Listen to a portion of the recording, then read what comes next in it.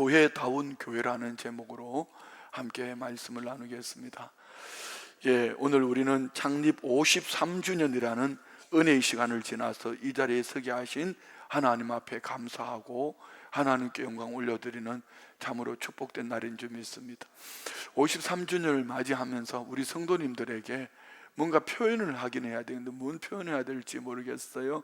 그러다가 시집을 뒤지는 가운데 나태주 시인의 시를 두 편을 골랐습니다. 이는 우리 오건사님이나 시인들, 우리 지소영 권사님 이런 분들이 시를 낭송하면은 오늘 설교 시간 끝나버립니다. 그럼 저는 설교자니까 빨리 읽는 가운데에 한 구절 속에서 우리가 어떤 마음을 가져야 될지 이 시 속에서 조금 마음을 가졌으면 좋겠어요. 제가 낭송해 드리겠습니다.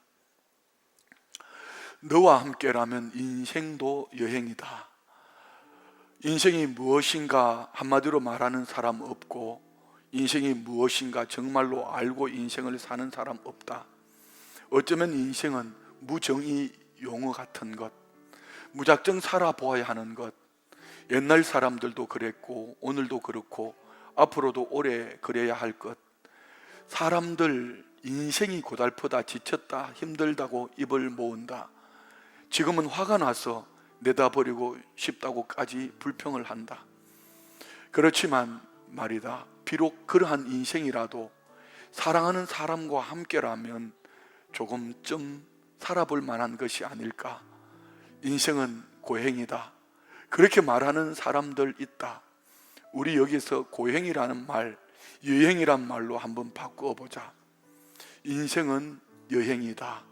더구나 사랑하는 너와 함께라면 인생은 얼마나 가슴 벅찬 하루하루일 것이며 아기자기 즐겁고 아름다운 발길일 거냐. 너도 부디 나와 함께 힘들고 지치고 고달픈 날들 여행이라고 생각해 주면 좋겠구나. 지구 여행 잘 마치고 지구를 떠나자꾸나. 두 번째 시입니다. 살아줘서 고맙습니다. 죽을 병 걸려 반년 병원에서 엎드려 있다가 구사일생으로 풀려 나온 날, 사람들은 나를 만날 때마다 살아줘서 고맙습니다 인사를 했다. 왜 내가 살려줘서 고맙습니다 그렇게 인사해야지 저쪽에서 거꾸로 살아줘서 고맙습니다 인사하는 걸까? 그때는 그것이 궁금했었다. 지나면서 생각해보니 그렇게 생각할 수도 있는 일이구나 싶었다. 같이 밥 먹어줘서 고맙습니다. 사랑해줘서 고맙습니다. 당신이 세상에 있어줘서 고맙습니다. 내 옆에 있어줘서 고맙습니다. 이 얼마나 좋은 세상인가, 이 얼마나 아름다운 세상인가, 이 얼마나 눈물겨운 세상인가. 이런 세상 깨우쳐 주셔서 감사합니다. 자, 여러분 어떠세요? 이 두 편의 시를 저는 뒷부분에 있는 몇 구절을 우리 교우들과 함께 마음으로 이렇게 나누었으면 좋겠어요. 첫 번째, 너와 함께라면 인생도 여행이다. 우리 여기서 고행이란 말, 여행이란 말로 한번 바꿔보자. 인생은 여행이다. 더구나 사랑하는 너와 함께라면 인생은 얼마나 가슴 벅찬 하루하루일 것이며 아기자기 즐겁고 아름다운 발길일 거냐. 너도 부디 나와 함께 힘들고 지치고 고달픈 날들 여행이라고 생각해 주면 좋겠구나. 지구 여행 잘 마치고 지구를 떠나자꾸나. 두 번째 시요. 살아줘서 고맙습니다. 같이 밥 먹어줘서 고맙습니다. 사랑해줘서 고맙습니다. 당신이 세상에 있어줘서 고맙습니다. 내 옆에 있어줘서 고맙습니다. 이 얼마나 좋은 세상인가, 이 얼마나 아름다운 세상인가, 이 얼마나 눈물겨운 세상인가. 이런 세상 깨우쳐 주셔서 감사합니다. 이 두 시를 하나로 모으면은 우리 인생 여정이 쉬운 사람은 아무도 없습니다. 고행이라 하지 않고 너와 함께 여행이라고 생각을 하고 우리 지구여행 끝마치고 주님 앞에 설 때에 함께여서 고맙습니다, 함께해서 참 행복했습니다 라고 고백할 수 있는 그런 우리가 된다면 오늘 창립 53주년을 맞는 우리 교회는 더할 나위 없는 행복한 교회일 줄 믿습니다. 그런데 여기에 참으로 중요한 것이 하나 있습니다. 그냥 너와 함께 같이 밥을 먹어서 좋고 고행이라고 생각되어지는 이 인생 여정을 너와 함께 하는 여행이라서 좋은 것으로 끝나버린다면 우리 인생은 죽음 넘어 그 이후를 바라보지 못할 것입니다. 그래서 우리는 너와 나와 함께 어우러져서 고행이라고 말하는 이 인생을 하늘나라를 향하는 더 좋은 본향을 향해 나아가는 인생 여행 가운데에 우리 지구 여행 마치고 하나님이 예비하신 그 나라에 설 때에 우리 주님과 더불어 함께한 이 인생 여행이 부끄럽지 않는, 하나님 앞에 설 수 있는 부끄럽지 않는 신앙으로 설 수 있다면 이보다 더 큰 우리 인생의 복된 삶은 없을 것입니다. 그렇습니다. 교회의 존재 이유는 우리 함께이지만 함께 밥 먹기 위해서, 함께 행복하기 위해서 교회가 필요한 것이 아니고요, 교회의 존재 이유는 오직 복음입니다. 교회는 언제나 십자가의 사랑과 부활의 능력, 곧 복음의 능력을 가지고 어떤 사람 환경 형편을 만나도 좌우로 치우치지 않는 그 나라를 꿈꾸며 소망하며 우리 지구 여행을 잘 끝낼 수 있는 믿음의 사람들이 어우러져서 함께 나아가는 교회가 행복한 교회인 줄 믿습니다.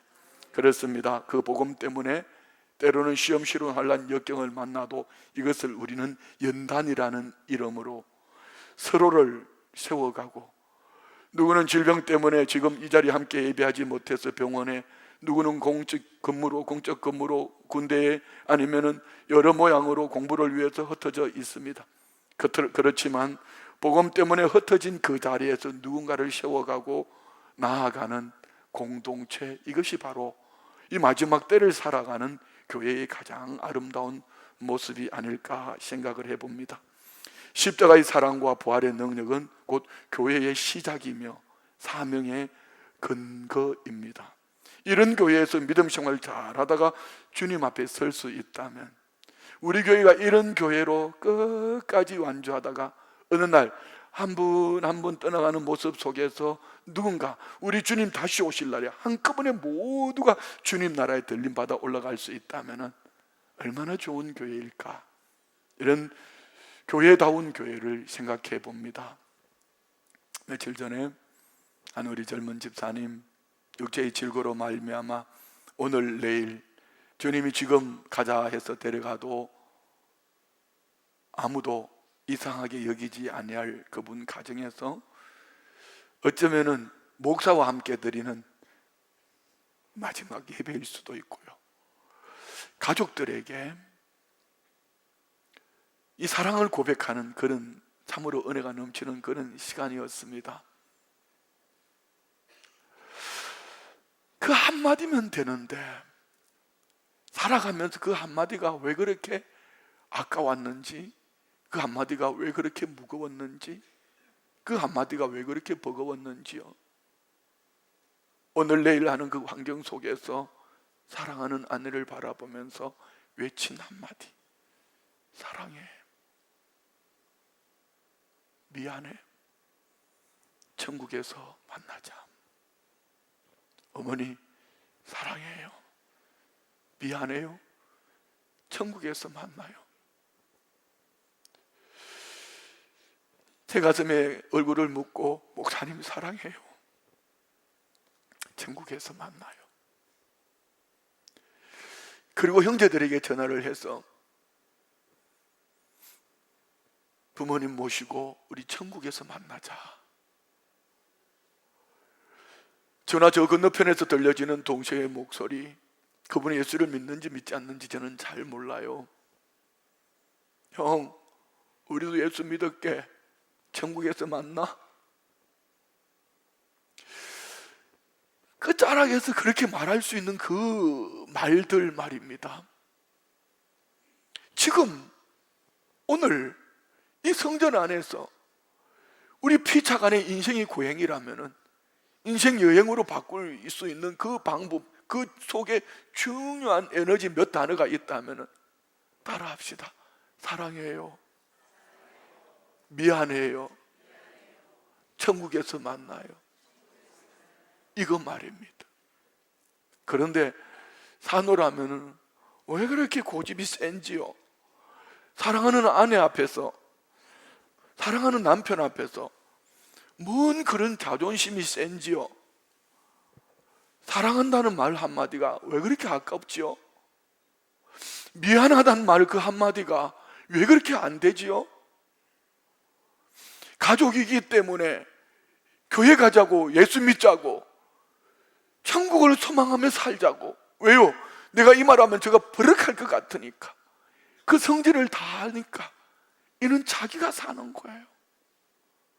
십자가와 부활의 능력을 믿는다면, 그리고 그 다음 주님이 하실 것을 믿는다면, 내 입의 말 사랑해요, 미안해요, 예수 믿고 구원받읍시다, 천국에서 만나요, 이 한마디면은 성령님이 때를 따라 역사하실 줄 믿습니다.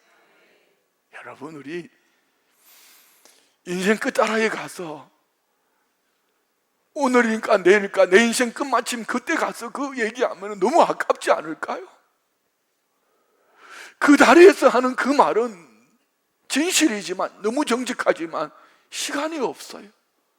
함께 누릴 시간이 없어요. 여행할 시간이 없단 말입니다. 지금 오늘 이 자리에서 여러분, 이 자리에 있는 우리 교우들과, 아니 함께 하지 못하는 그 가족들을 생각하면서, 아니 오늘 우리가 한번 다짐해 봤으면 좋겠어요. 1부, 2부 때는 제가 이렇게 길게 못했어요. 시간이 없기 때문에. 자, 여러분, 오늘 우리 마음에 한번 결단합시다. 여러분 앞에 남편이, 아내가 있다고 믿고, 사랑해요 여보, 다 같이 시작. 근데 시집 장가도 안 갔는데 없잖아. 그러면은 사랑해요 어머니, 아버지, 형제들, 그것도 안 되거든. 옆에 있는 교우들을 향하여서 뚫어지게 바라보면서 빵긋이 웃으면서 성도님 사랑해요, 다 같이 시작.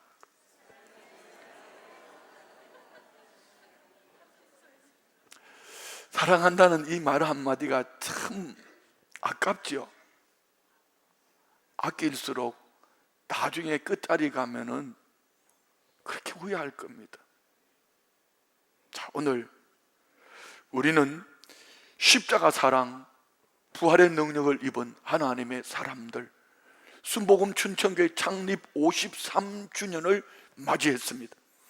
교회의 시작도 십자가 사랑이고 부활의 능력이었다면, 오늘 내 안에 계신 예수 그리스도의 십자가와 부활의 능력은 모든 일을 사랑할 수 있고, 모든 일을 품을 수 있고, 기다릴 수 있고, 뿐만 아니라 나아가서 천국 소망으로 우리는 누구든지 천국에서 만나자고 아낌없이 외칠 수 있는 줄 믿습니다. 오늘 우리는 안디옥 교회를 통해서 교회다운 교회의 모습을 보면서 복음으로 사명을 감당하는 교회는 어떤 교회인가, 우리 각 사람이 오늘 말씀 안에 세움을 입고, 이제 중년이잖아. 중년, 53살 중년. 민수기에 보니까 레위인이 일하는, 봉사하는 나이가 30세부터 50세까지더라. 우리는 벌써 교회 안이 아닌 교회 밖으로 뛰어야 될 나이예요. 열심히 도와야 될 나이란 말입니다. 우리 이런 마음을 가지고 안디옥 교회를 통해서 세 가지만 보겠습니다. 첫 번째, 안디옥 교회는 흩어짐이라는 고난 속에서 복음을 품은 교회입니다. 다시요. 왜 흩어졌죠? 시련, 핍박, 환난을 통해서 흩어지는데, 흩어짐이라는 이 고난 속에서 복음을 품고 흩어졌더니 어떤 역사가 나타났는가? 안디옥 교회가 세워진 겁니다. 십자가 복음으로 고난을 사명으로 바꾼 예루살렘 교회 성도들의 흩어짐의 이 가치관은 안디옥 교회가 세워졌습니다. 본문 19절부터 21절까지 봅시다. 그때 서대반의 일로 일어나는 환란으로 말미암아 흩어진 자들이 베니게와 구브로와 안디옥까지 이르러 유대인에게만 말씀을 전하는데, 그 중에 구브로와 구레네 몇 사람이 안디옥에 이르러 헬라인에게도 말하여 주 예수를 전파하니 주의 손이 그들과 함께 하심에 수많은 사람들이 믿고 주께 돌아오더라. 아멘. 안디옥 교회는 예루살렘 교회 안에 서대반 집사의 돌에 맞아 죽음, 환란, 핍박, 이것으로 말미암아 더 이상 예루살렘 지역에 살 수 없는 이들이, 사도들 외에 이들이 흩어졌습니다. 흩어진 그들이 가슴에 복음을 품었습니다. 어쩌면 세상은 이것을 실패라고 말할 것입니다. 원하지 않는 질병으로 죽을 병이 들렸어. 사업이 망했어. 자녀가 학교에 시험에 떨어졌어. 어떤 불의한 일로 말미암아 가지 말아야 될 곳을 갔어. 깜빡 말입니다. 그러면은 누군가는 실패했다고 이렇게 말할 것입니다. 근데 성경은 이 일을 실패라 하지 아니하고 그 흩어짐 그 속에 육체의 질고로 오늘 내일 한다 할지라도 병원으로 흩어짐 속에서 의사에게 복음을 전하고 간호사에게 복음을 전하고 그동안 내가 만나지 못했을 때 오늘 내일 하니 누군가 문병하러 올 때에 그곳에서 복음을 전하는 그 사람을 복음을 품고 교회를 세워가는 오늘 하나님의 사람이라 말하더라, 이 얘기 말입니다. 부요할 때는 폐쇄되어 있어서 아무도 찾아올 수 없는 고래등 같은 집에 살다가 물질이 떠나서 누구든지 드나들 수 있는, 놓고만 하면 방문을 열 수 있는 그런 집에, 세상은 저 집 망했다고 말할 때에 쉽게 편하게 낮은 자리에서 만날 수 있어서 복음을 품고, 어쩌면 길거리에서, 어쩌면 가장 연약한 곳에서 그들과 함께하며 복음을 나눌 수 있다면 주님은 이를 실패라 말하지 않고 복음을 품은 교회를 세워가는 하나님의 사람이라고 말씀하시더라는 것이죠. 자, 여러분은 어떠신지요? 오늘 예루살렘 교회는 두려움 속에서 핍박으로 말미암아 흩어지기 시작했습니다. 근데 흩어지는 가운데에 오늘 그들은 복음을 전하는데 두 부류로 나타났어요. 한 부류는 유대인에게만 복음을 전하는 부류가 있는가 하면은 한 부류는 소수이지만 헬라인에게도, 이방인 말입니다, 아무도 관심 갖지 않는 그들에게 복음을 전하더라는 것이죠. 자, 여러분, 유대인에게만 복음을 전하는 이들과 또 헬라인에게 복음을 전하는 이들의 차이는 무엇일까요? 지금 이 나라가 이런 위기에 빠진 거예요. 익숙해 있는 것, 우리라는 이름으로 당리당략, 개인살이 사욕, 우리라는 이름으로 익숙한 것, 전통, 이념, 지역주의, 이런 것에 사로잡혀서 우리라는 이름으로 편 가르기를 하고 있습니다. 근데 주님은 아니라고 말씀합니다. 예루살렘 교회는요, 베드로이 한 번 설교에 3,000명이 회개하고 돌아왔습니다. 한 번 설교에 5,000명이 회개하고 돌아왔습니다. 메가처치입니다. 아마 적어도 2만 명이 모이는 대형교회가 되었습니다. 그런데 교회가 교회되면 예수님 부활승천하시기 전에 사도행전 1장 8절에 오직 성령이 너희에게 임하시면 너희가 권능을 받고 예루살렘과 온 유대와 사마리아와 땅끝까지 이르러 내 증인이 되리라고 말씀하셨고, 근데 그들은 성령의 충만함을 받아 대형교회 메가처치가 되었지만 그들끼리 모여 있습니다. 그런데 그들을 하나님은 이 흩어지는 가운데, 흩어짐 속에, 흩어진 가운데에서도 그들은 여전히 자기들끼리 유대인에게만, 왜요? 이게 전통이라는 것이죠. 이방인들은 개취급하는 것입니다. 여러분, 우리 안에 이런 모습이 있다면 오늘 성찬에 앞서서 다 내려놓으시고 나는 누구와도 함께 복음을 나눌 수 있다. 우리 주님이 원하시는, 성령이 이끌어 가시는 대로 내 안에 성령님이 계시니 예루살렘을 넘어 유대를 넘어 사마리아와 땅 끝까지 주님이 감동하시면 우리 오늘 오로라 선교 가는 거 마찬가지 아닙니까? 그는 선교사가, 한국 선교사가 없습니다. 한국 사람이 없습니다. 그러나 공항에 내려서 버스를 타고 5시간을 가야 됩니다. 저는 비행기 생각만 하면 벌써 허리가 아프기 시작합니다. 파스를 등에 엄청 붙였습니다. 왜요? 비행기를 저는 못 탑니다. 비행기 생각만 해도 아픕니다. 그런데 비행기에 내려서 또 버스를 타고 5시간을 가야 됩니다. 왜 가지요? 성령님이 그곳을 향하여서 우리의 걸음을 옮겨주신 줄 믿습니다. 할렐루야. 그렇습니다.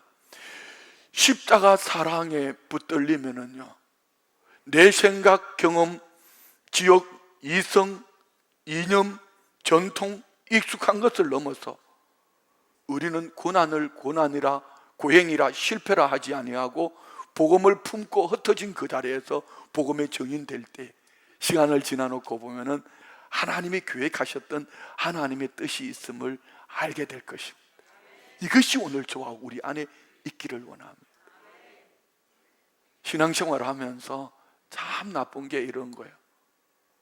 결론을 내려놓고 이것이 안 되면 시험 들어버릴 거야. 미리 작정하고 있습니다. 내가 원하는 거 이거 안 되면 나는 무너질 거야. 거기서는 어떤 주님의 역사도 없습니다. 그런데 오늘 흩어짐 속에서 소수가 헬라인에게도 복음을 전했더니 어떤 역사가 나타났어요? 3가지로 봅시다. 첫 번째, 고난은 흩어짐으로 새로운 기회, 곧 사명의 출발점이 된 줄 믿습니다. 두 번째, 이런 복음은 성령님의 인도하심 앞에 담대함으로 순종할 때에 확산되어져. 유대인에게만 매여있던 그들이 성령을 쫓아 소수가 담대함으로 순종할 때에 헬라인에게도 복음을 전했더니 세 번째 어떤 역사가 나타나지요? 하나님의 손이 함께 할 때에 변화가 일어나더라. 이것이 오늘 본문의 말씀이에요. 복음의 능력은 우리 계산, 경험, 지식, 이론을 넘어서 인간의 능력을 넘어설 때에 비로소 우리가 해야 될 것은 복음으로 말미암아 내가 원하지 않는 어떤 크고 작은 일을 만나도 복음 앞에 순종하고 복음의 증인되기 시작하면은 주님의 손이 함께 하셔서 그의 삶 속에 능력으로 나타날 줄 믿습니다. 자, 큰 두 번째, 하나님의 은혜로 보는 눈을 가진 리더가 세워진 교회 말입니다. 부활신앙은 절망을 소망으로 바꿉니다. 저는 이 말씀 읽으면서 준비하면서 참 많이 찔렸습니다. 이 성경에 왜 이런 구절을 써놔가지고 나를 이렇게 아프게 하나. 그렇지만 사실은 저만이 아닌, 여기 먼저 믿은 저와 우리 모두가 절망이 아닌 부활신앙으로 하나님의 은혜로 보는 눈이 열려 있으면은, 누군가가 죽어서 끝났어, 절망 안 돼, 못 살아라고 말할 때에 부활의 소망으로 다시 일어날 수 있는, 살려주시는 그 은혜로 누군가를 세워갈 수 있는 줄 믿습니다. 오늘 본문 22절부터 24절 봅시다. 예루살렘 교회가 이 사람들의 소문을 듣고 바나바를 안디옥까지 보내니 그가 이르러 하나님의 은혜를 보고 기뻐하여 모든 사람이 굳건한 마음으로 주와 함께 머물러 있으라 권하니, 바나바는 착한 사람이요 성령과 믿음이 충만한 사람이라 이에 큰 무리가 죽게 도하여지더라. 아멘. 예루살렘 교회는 환난으로 핍박으로 흩어질 때에 그들이 복음을 가슴에 품고 복음으로 흩어진 그들로 말미암아 복음이 확산되어진다는 소식을 듣고 바나바라는 착하고 칭찬 듣는 성령이 충만한 이 한 사람을 안디옥으로 파송을 합니다. 바나바는 그곳에 도착해서 사람들의 열정적인 신앙을 보았습니다. 회심의 역사도 보았습니다. 그러나 그 무엇보다도 그 공동체 안에서 움직이는 하나님의 은혜의 손길, 단순한 외형이 아니라 하나님의 은혜가 어디에 머물러 있는가, 이것을 본 것이죠. 이제 목회를 한 30년 이상 하고 보니까요, 이제 보입니다. 저 집은 하나님의 은혜의 손길이 있어서 되는 집이야. 저 집은 열심을 내는데 아직도 멀었네. 여러분이 잘 모르겠거든. 욕먹을 각오하고 저를 찾아오십시오. 정말로 저 집에는 지금 하나님의 은혜가 막 쏟아져. 곧 저 집이 후회되고 차고 누르고 흔들어 넘치는 하나님의 그 은혜 속에, 그리고 그 다음은 하나님이 하시는 거예요. 자꾸 복이다 해서 건강, 물질 이것만 생각하면 안 돼요. 이것이 한국이 70년대, 80년대, 90년대 부흥할 때에 잘못된 신앙 가치관이었죠. 믿음 생활 잘해도 병들어 죽을 수 있고요, 망할 수 있고요, 아플 수 있고요, 고통할 수 있고요. 지금 이들이 떠나가고 그리 하지 않습니까?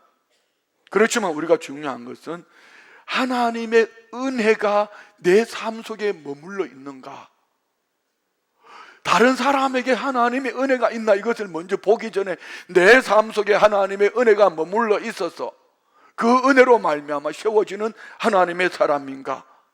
바나바는 은혜를 볼 수 있는 눈을 가진 자였습니다. 문제보다 은혜를 먼저 보고 사람이나 환경보다 하나님의 역사를 먼저 보는 시선을 가진 영적 리더였습니다. 이것이 진짜 영적 리더의 자질이죠. 여러분은 어떤 환경이나 사람을 만나면 무엇을 먼저 보시는지요? 하나님의 은혜를 먼저 보는 시선을 가지고 살아갈 때에 저와 우리는 기쁨이 충만할 줄 믿습니다. 오늘 바나바가 그랬거든. 하나님의 은혜가 머물러 있는 것을 보고 기뻐했다 했습니다. 바나바는 비교하거나 평가하거나 경쟁하지 않고 하나님께서 이런 역사도 하시는구나라고 그는 기뻐했습니다. 자, 몇 가지 봅시다. 첫 번째, 하나님의 은혜를 보고 그들에게 지속적인 믿음의 삶을 격려합니다. 여러분, 아무리 열심을 내도요, 자기 열심을 내는 사람에게는 이런 겉면을 하면은 잘못하면 목사를 가르치려고 합니다. 그래서 하나님의 은혜가 머물러 있는 그에게 지속적인 믿음의 삶을 권면하면 스펀지가 물을 빨아들이듯이 그의 약점을 보완해서 오히려 강점으로 만들어가는 복된 삶이 되어질 줄 믿습니다.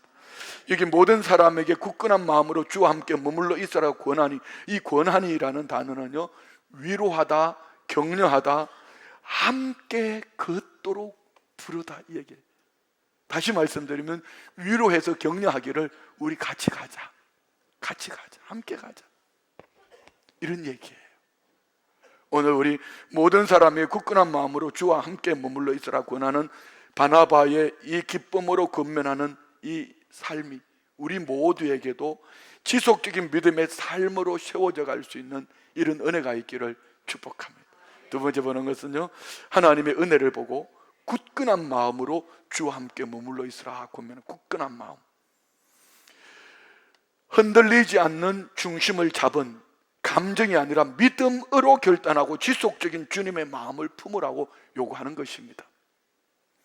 주님과 함께 머물러 있으라, 예수님을 믿는 것으로 끝나는 것이 아니라 주님과 동행하고 주님 안에 거하고 삶 전체를 그리스도 중심으로 살아가라는 권면입니다.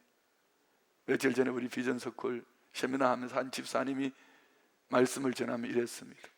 그리스도인과 그리스도의 제자. 집사님이 이 강의 속에 이렇게 말씀하신 데가 얼마나 은혜 받았는지. 그리스도인은 예수의 피를 빨아먹는 사람. 예수의 피로 구원 얻었죠? 그것으로 날마다 흡혈귀가 되어서 모기가 피 빨아먹듯이 나만을 위해서 살아가는 사람. 그리스도의 제자, 예수의 피로 구속받아 예수님을 닮은 삶으로 주와 동행하며 살아가는 믿음의 사람. 자, 묻습니다. 여러분은 예수님의 피를 빨아먹으며 나만 위해 삽니까? 예수님을 닮은 모습으로 누군가를 예수님의 사람으로 살아가기를, 예수님과 동행하며 그리스도인을 세워가는 믿음의 사람인지요? 대답 안 해도 괜찮아요. 저는 다 알고 있습니다. 이는 바나바 신앙관이 곧 비판하거나 판단하지 않고 부활신앙으로 은혜의 눈을 가지고 살아갈 때, 오늘 저와 우리 안에도 연애가 있기를 원합니다. 십자가 복음으로 구원을 얻었다면 부활신앙은 우리에게 새로운 시선을 줍니다.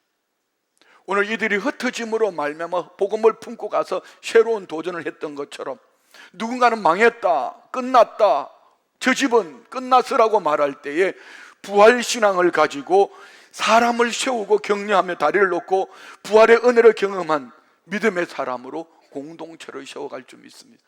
오늘 저와 우리 안에 바나바와 같은 이런 영성, 이 하나님의 은혜로 바라보는 영적 눈이 열려 있기를 축복합니다.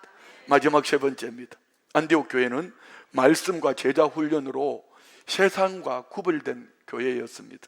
곧 복음의 능력으로 훈련되어진 사람, 곧 복음의 능력으로 훈련되어지면 사람을 바꾸는 능력을 가지고 있습니다. 여러분, 사람 안 바뀝니다.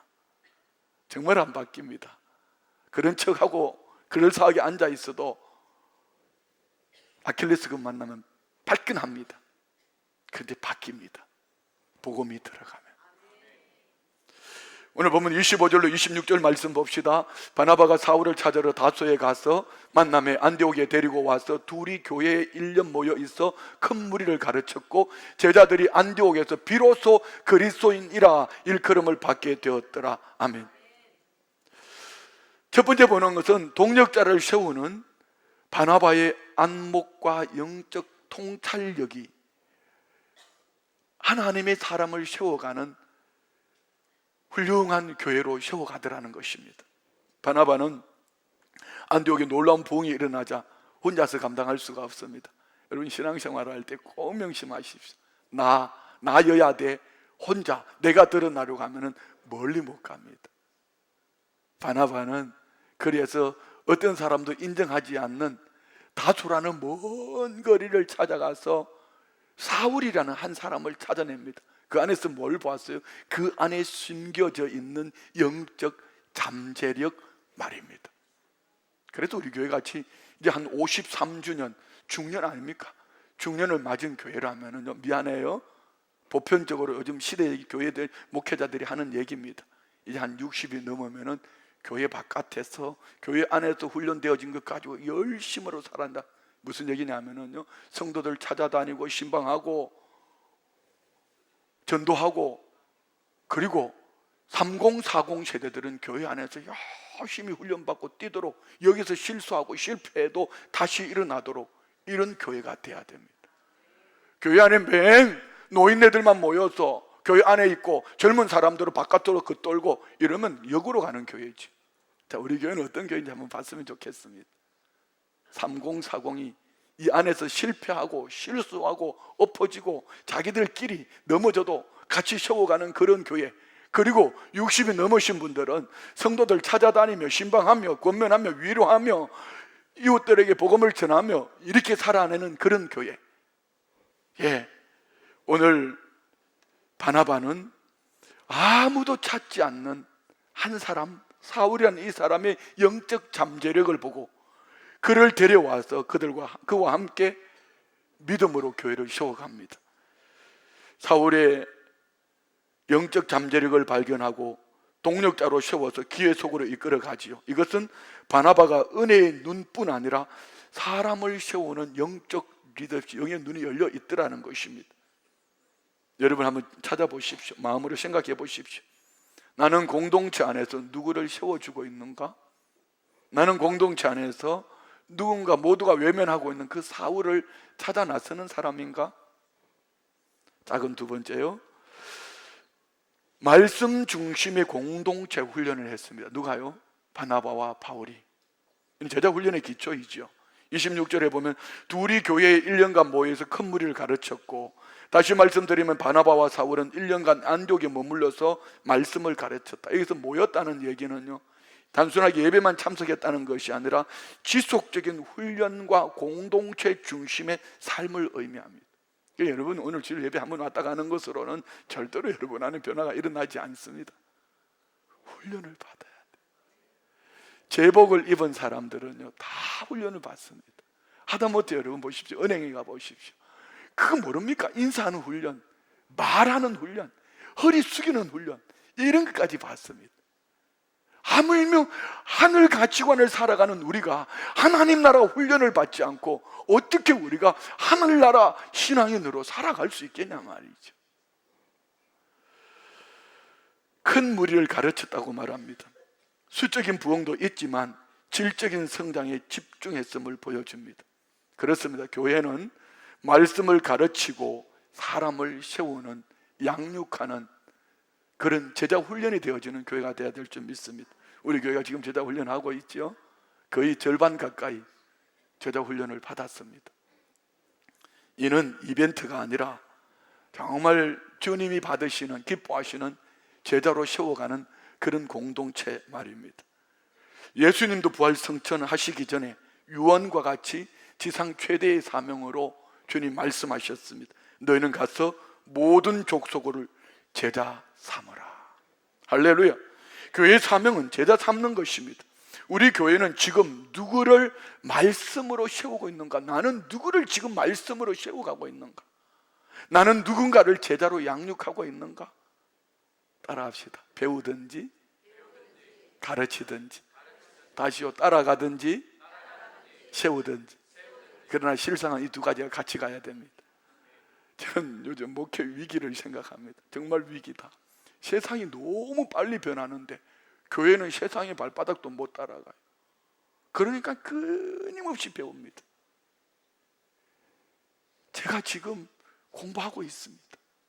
그것도 미국에 있는 대학교. 왜요?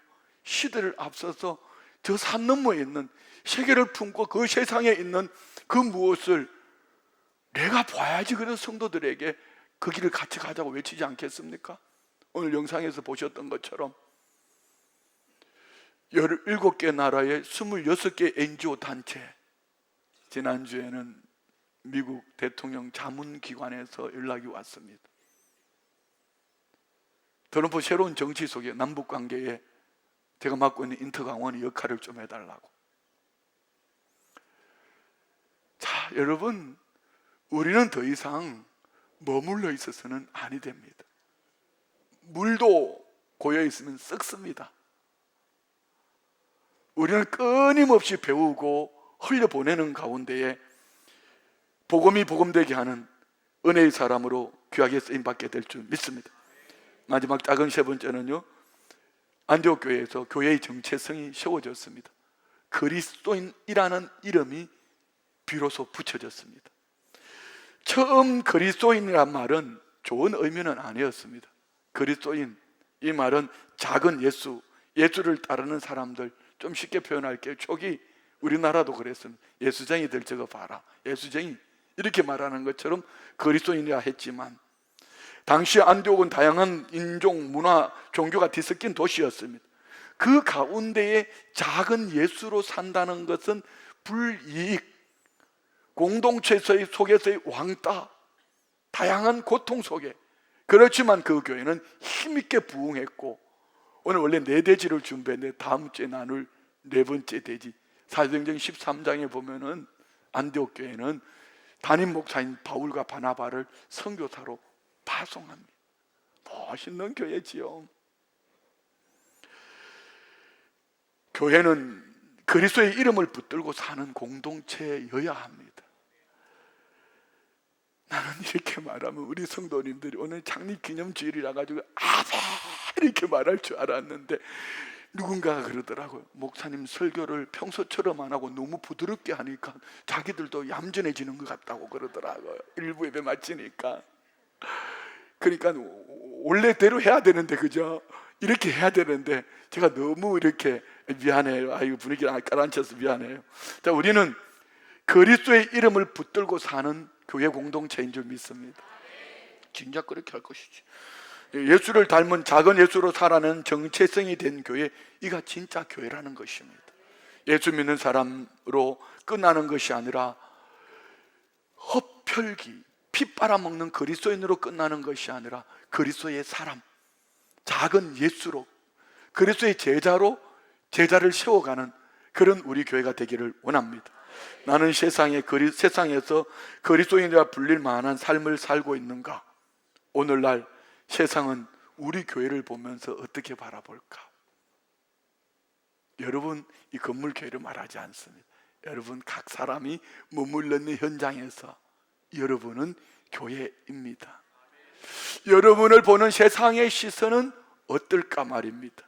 교회는 좋은 프로그램보다 좋은 사람이 세워질 때에 진짜 교회가 되는 것입니다. 오해하지 마십시오. 좋은 사람은 그리스도의 제자를 말하는 것입니다. 그런 사람을 세우는 능력은 오직 십자가 사랑과 부활의 복음의 능력밖에 없습니다. 말씀 마칩니다. 안디옥 교회는 선교의 획기적인 전환점이자 복음을 품고 세상을 향해 나아가는 선교의 모델이 되기도 했습니다. 우리 순복음 춘천교회가 다음 10년, 20년을 향해, 아니 100년을 향해 나아갈 때 안디옥 교회처럼 기도하며 성령님의 음성을 듣고 말씀과 예배 중심으로 세워진 제자들을 보내는 그런 교회가 되기를 원합니다. 오늘 우리는 필리핀으로 오로라라는 곳, 한국 사람이 아무도 없는, 한국 선교사가 아무도 없는, 한쪽은 바다고 한쪽은 산이고 평지가 14% 15%밖에 없는, 지난날 그 지역에 시청 직원들, 리더급들을 다 초청했는데 태풍 때문에 시장님 못 오고 나머지 26분이 왔습니다. 이번에 그분들 중심으로 가서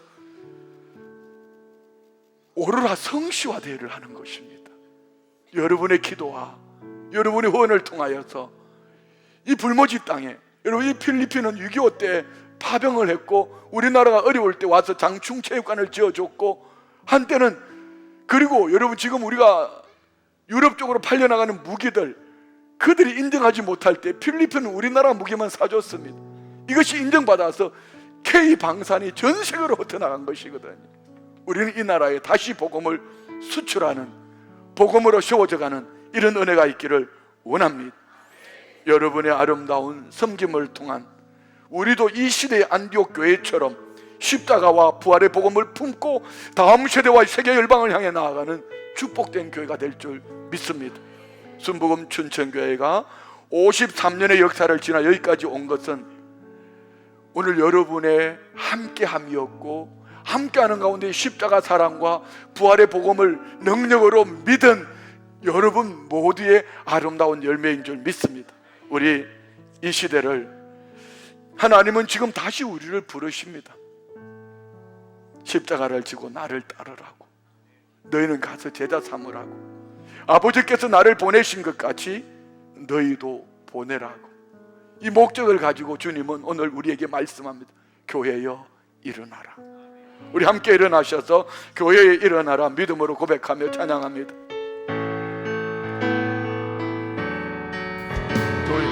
교회여 일어나라. 주께서 부르시니, 주께서 부르시니 두려움과 주를 놓고 교회여 일어나라. 교회여 일어나라. 교회여 일어나라. 주께서 보내시니, 주께서 보내시니 우리를 부르신 삶의 자리에서, 부르신 삶의 자리에서 교회여 일어나라. 우리는 세상의 빛입니다. 세상의 빛, 하나님의 편지, 주 교회 보내 세상이 주를 일어나라, 일어나라. 아버지 사랑으로, 아버지 능력으로 서로 하나 되어 그 빛을 비추러 노래하라. 아버지의 사랑을, 아버지의 크심을 이 삶의 노래로 주님을 나타내라. 다시 한번 일어나라. 아버지 사랑으로 일어나라. 아버지 사랑으로, 아버지 능력으로 서로 하나 되어 그 빛을 비추라. 노래하라, 노래하라. 아버지의 사랑을, 아버지의 크심을 이 삶의 노래로